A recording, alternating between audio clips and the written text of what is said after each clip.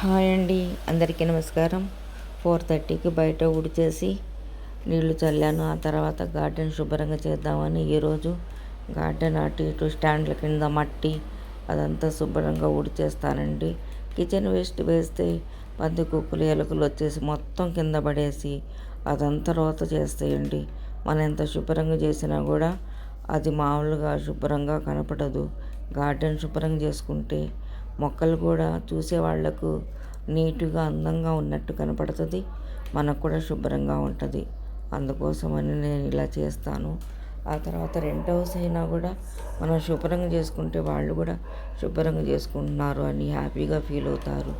తెల్లారుజామున చల్లటి గాలి, ఆ ఆక్సిజన్ అనేది మనం పీలిస్తే మన ఆరోగ్యం కూడా ప్రశాంతంగా హెల్తీగా ఆరోగ్యంగా ఉంటామండి. మేము తెల్లారుజామున లెగిస్తే ఇప్పుడు తెల్లారుజామునే లెగవట్లేదు పిల్లలు. కాకపోతే మన చిన్నప్పుడు లేచాం కాబట్టి ఇంకా అలవాటుతో నేను లెగుస్తాను.